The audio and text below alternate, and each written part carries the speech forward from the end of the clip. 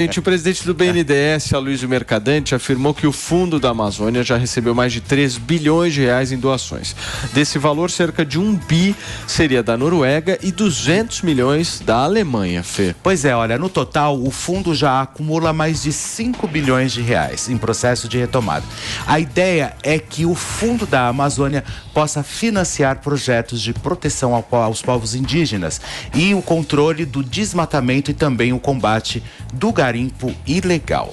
Muito bem, gente. E o que vocês acharam disso? Meu querido Rodrigo, como é que você enxerga esses recursos vindo? Bom, algo positivo, negativo? Esses recursos são muito importantes sendo aportados aqui no Brasil. O importante e o mais preocupado, né, que nos preocupa mais é como será feita a gestão desse recurso. Será que realmente vai ser destinado à proteção da Amazônia? Essa que é a grande pergunta, tá?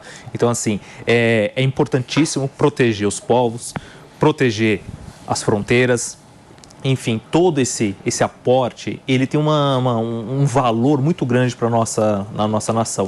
Só que agora a pergunta que fica, né, Wafá, é o que fazer com esse dinheiro, quem vai gerir e como vai gerir, que qualidade que vai dar para esse gasto do dinheiro. É que o problema da Amazônia também, que a gente não coloca em pauta em nenhuma discussão, porque parece mais que esses países não querem que a gente fale sobre isso, inclusive o Brasil, é uma discussão aqui, é que o IDH na Amazônia é o pior do Brasil, ou seja, o índice de desenvolvimento humano no estado do Amazonas é o pior. Ou seja, um convite para que todas as pessoas que moram lá, que estão em situação de vulnerabilidade extrema, se rendam ao mercado ilegal.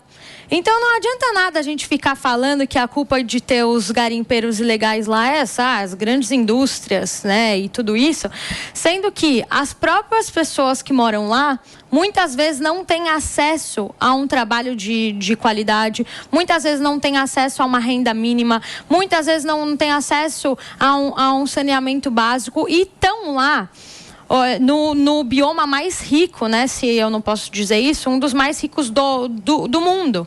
Então essas pessoas são convidadas frequentemente a participar desse comércio ilegal. E ninguém fala disso. O que a gente vê é Europa e Estados Unidos, né, que querem às vezes impor, e a China também, que querem às vezes impor uma agenda ambiental e climática ao Brasil, que nem eles mesmos cumprem. Então, se a gente fizer uma comparação, hoje o Brasil tem 66% do seu território com matas nativas, enquanto que a Europa tem 2%. Só que a Europa quer vir aqui falar o que o brasileiro ele deve ou não fazer. Com então, a Amazônia. Assim, com a Amazônia. Então, é uma discussão... Que é brasileira. Então, é uma discussão, às vezes, que a gente precisa parar para analisar esses dados a fundo antes de vir o Faria Luller falar que o ESG... O Faria Luller falar que o ESG e a Greta e o Leonardo DiCaprio vão salvar a Amazônia. Não vão. Entendeu? Eles não vão salvar nada enquanto eles não fizerem a lição de casa deles. Deixa eu receber quem nos acompanha pelo rádio. São 11 horas e 34 minutos. A gente está numa discussão aqui sobre o recebimento aí de novos recursos por parte do Fundo Amazônia. Foi anunciado, inclusive, pelo Ministério do Meio Ambiente. Por favor, Mano, você me pediu?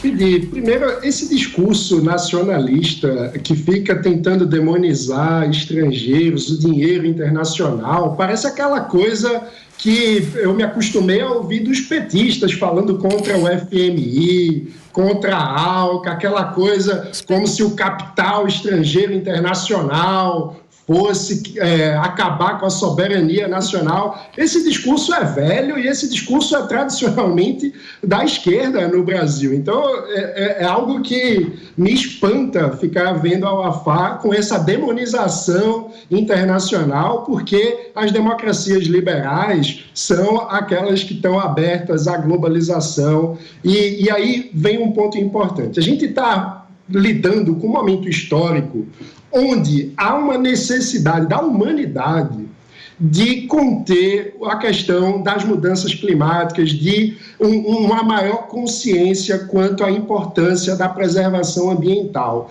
E o ponto é que isso é uma grande oportunidade do Brasil de ganhar dinheiro. Por quê? Porque essa consciência internacional está indo na direção de que nós precisamos, através do crédito de carbono, ou seja, através da geração de um novo mercado, que é um mercado ambiental, onde manter a floresta de pé é mais vantajoso do que derrubar a floresta, atrair recursos para o Brasil. E aí eu vou concordar com a outra parte da fala da UAFA, que é sobre a questão do modelo de desenvolvimento da Amazônia. Primeiro, quem tem que mandar na Amazônia é óbvio que é o Brasil. A questão é, a gente vem desde os militares investindo num modelo de desenvolvimento da Amazônia baseado na Zona Franca de Manaus, que é o semelhante a gente ter um barman maravilhoso e no lugar de querer que o barman faça uma caipirinha incrível, pedir para ele fazer um bobó de camarão. Ou seja,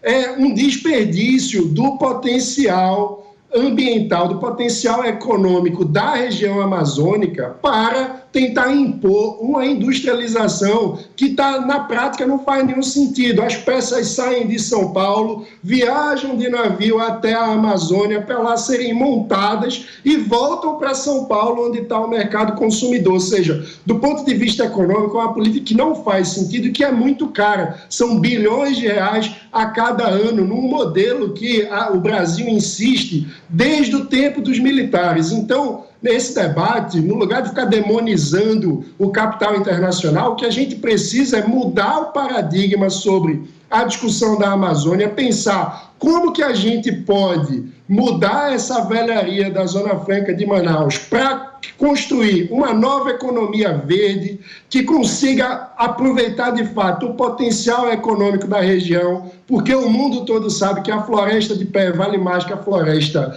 derrubada e, com isso, atrair dinheiro do mundo inteiro. O Brasil, com a Amazônia, tem o potencial de se tornar líder global da agenda ambiental. Essa é a oportunidade de ouro. A Amazônia hoje representa uma espécie de zona petrolífera de outros tempos. O que foi nos Emirados Árabes, aquelas bacias de petróleo, a Amazônia representa para a economia verde. Então, esse é um potencial enorme econômico que o Brasil tem para desenvolver o nosso país e desenvolver a região amazônica. A gente precisa olhar para os novos tempos, deixar essa visão atrasada para trás de ficar tentando usar subsídio para financiar uma indústria que não faz sentido para a região amazônica e, de fato, usar o potencial econômico verde da região amazônica. Muito bem, Alexandre Borges.